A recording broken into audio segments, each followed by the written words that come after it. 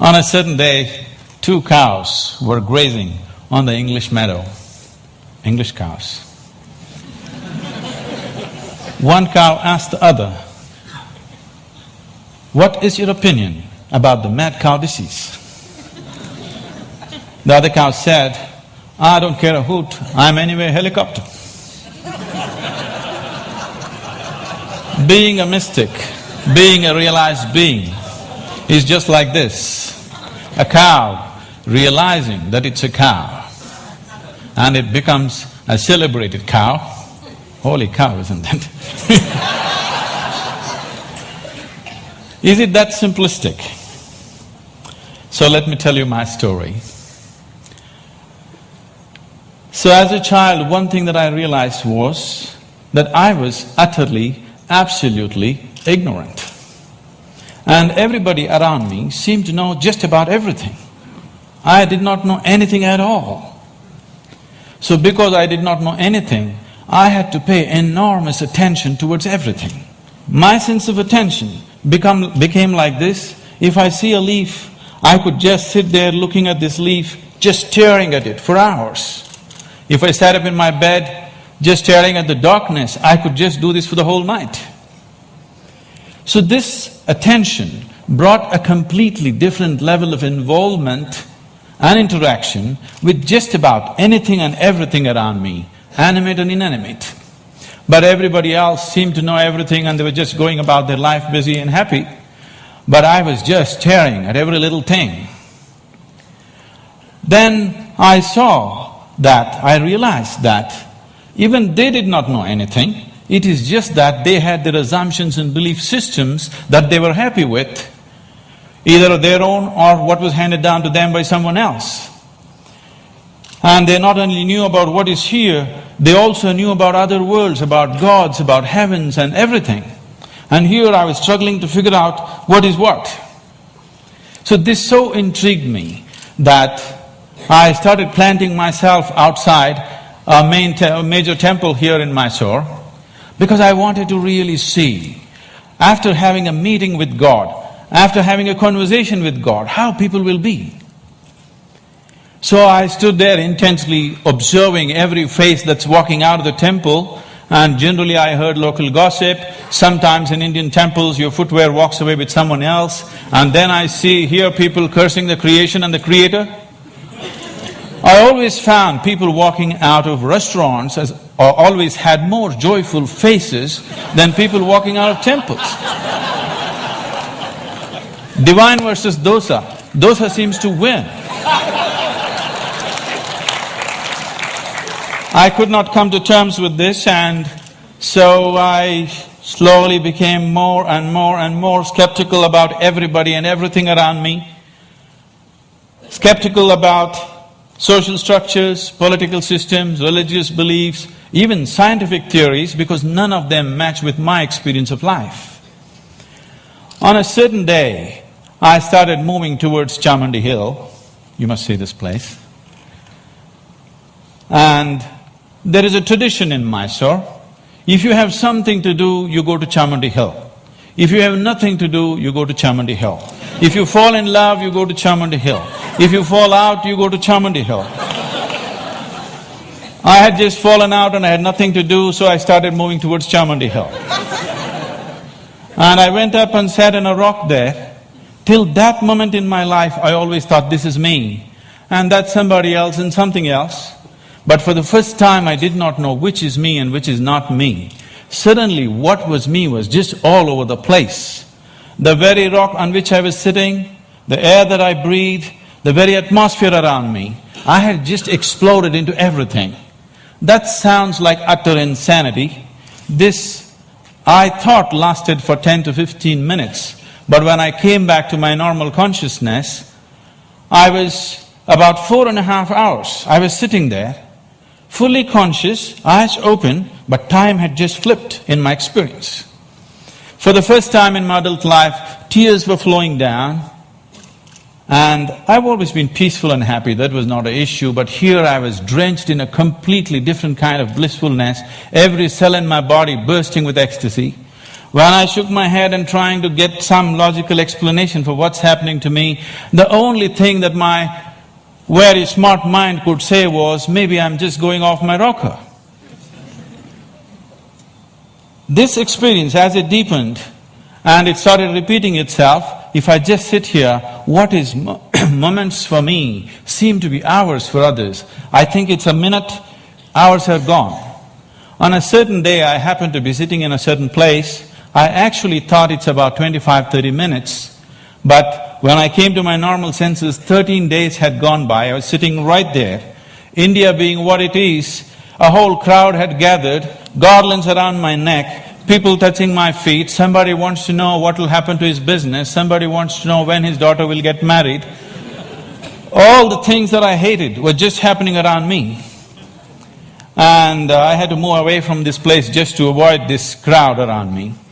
And as this experience deepened into me, one thing that happened to me was everything that I believed was me suddenly was not me. This was always me, and suddenly I found this is just an accumulation of food that I've eaten. What I accumulate can be mine but can never be me. This was just a huge heap of impressions in my mind. And this body and mind not being me but just being mine, a distance arose between me and my body, between me and my mind. This also facilitated a certain experience within me, that suddenly the equation of time and space was suddenly not applicable for me. I was seeing that what is here is there, what is there is here, past, present and future got mixed up. It was one majestic chaos, but utterly beautiful. So my skeptical mind, not able to come to terms with it, started conducting experiments. These experiments are too weird to talk about and the results too fairy tale-ish for anybody to believe. But one thing that I arrived at was that existence is not human-centric. And all human experience is self-made. Most people believe that their experience is molded by what situations in which they exist, but all human experience is 100% self-created from within. I think today a lot of science is beginning to agree with that. And having realized that, if all experience is created from within, if the basis of your experience is within you, the seat of your experience is within you as it is, what kind of experience of life would you want to have? For yourself, I'm sure, you want it to be at most pleasantness, whatever you may be doing. What you want for your neighbor may be debatable, but what you want for yourself, definitely you want utmost pleasantness. As I realized the basis of my experience is within me, I shifted from staring at things to sitting with my eyes closed. This was a dimensional shift in my life, from staring to sitting with my eyes closed. I got so fascinated with this human mechanism, I wouldn't want to open my eyes. For days on end, I'm just keeping my eyes closed, wanting to see everything about this one. And what I realized was, if I take a piece of bread and put it into this system, this piece of bread becomes my body in a few hours, and I begin to experience this as myself. This amazing process, as I became more and more aware of it, I saw the very source of creation, the very maker of this body, the manufacturer of this body is within.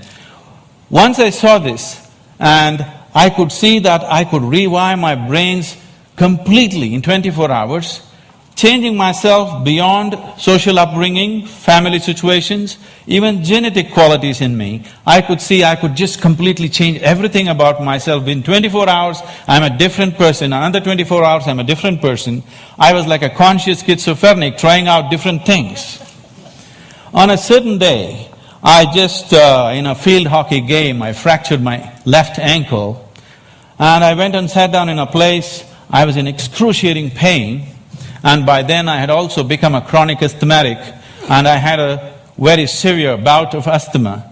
And this pain and this inability to breathe together, they were quite something. At that moment it occurred to me, if the maker of this body is inside, why is it that I cannot mend this from inside? I sat down with a certain resolve. If this is true, I must be able to allow it to mend itself, otherwise I must be completely on a wrong track.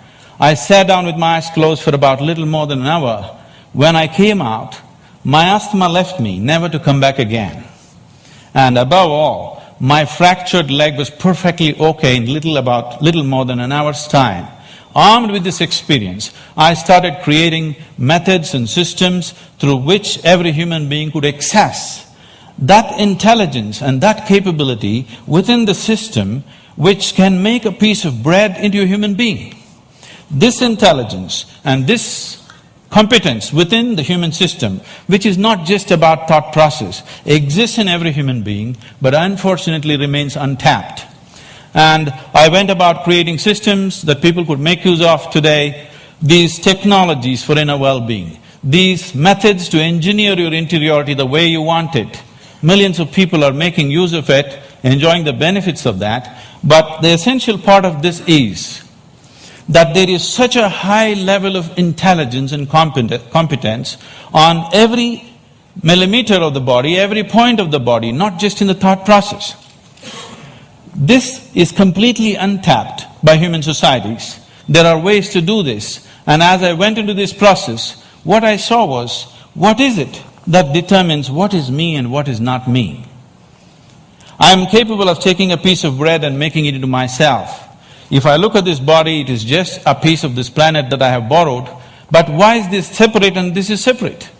Then I found that it is just the boundaries of sensation which determines what is me and what is not me. Here there is sensation, so this is me. There seems I don't feel the sensation, so that's not me.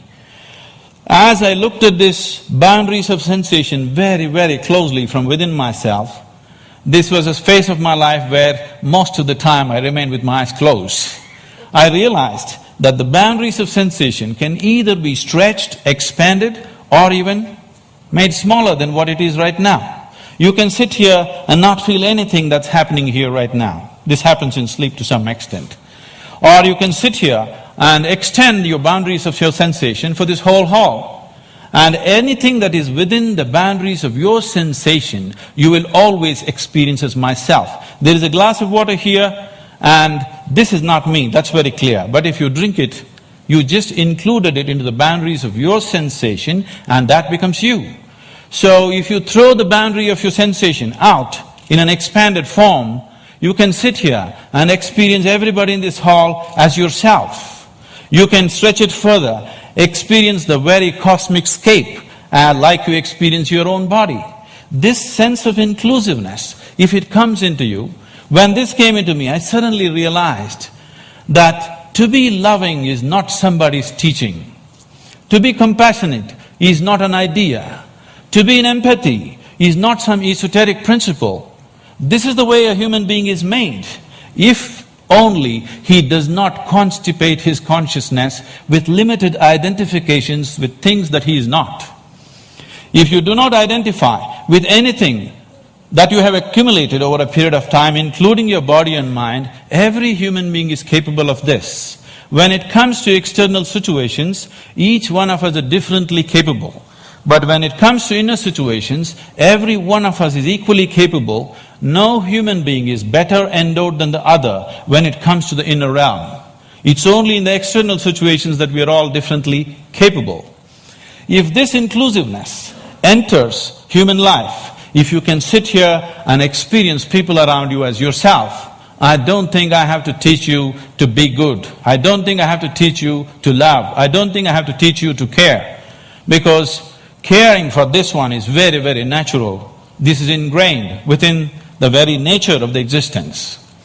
This inclusiveness definitely has to touch humanity, so this became my life, my work and my endeavor to develop methods so that people can experience this inclusiveness. If this inclusiveness is experienced by humanity, particularly by the leadership, people who wield power and different aspects of responsibility in the world, definitely we could find solutions for everything, because today, we as a generation of people, this is very significant, for the first time, we are capable of addressing every human problem on this planet of nourishment, health, education, ecology, you name it, we can address it all. We have the necessary resource, capability and technology for the very first time. But are we going to do it simply depends upon how inclusive is our experience of life. If you stand here and you experience this planet as yourself, I don't think I have to tell you, take care of it. Every human being would do his best. When we do not have this inclusiveness, what we could do, we will not do. In our lives, if we do not do what we cannot do, that is not a problem. But if we do not do what we can do, we are a disaster. My hope and my work is just to see that we as a generation of people do not become that kind of a disaster, that what we can do, we will definitely do. And right now what we can do compared to what we could do 100 years ago is so incredibly different, so incredibly different. But what's missing is an all-inclusive consciousness, a all-inclusive experience of life.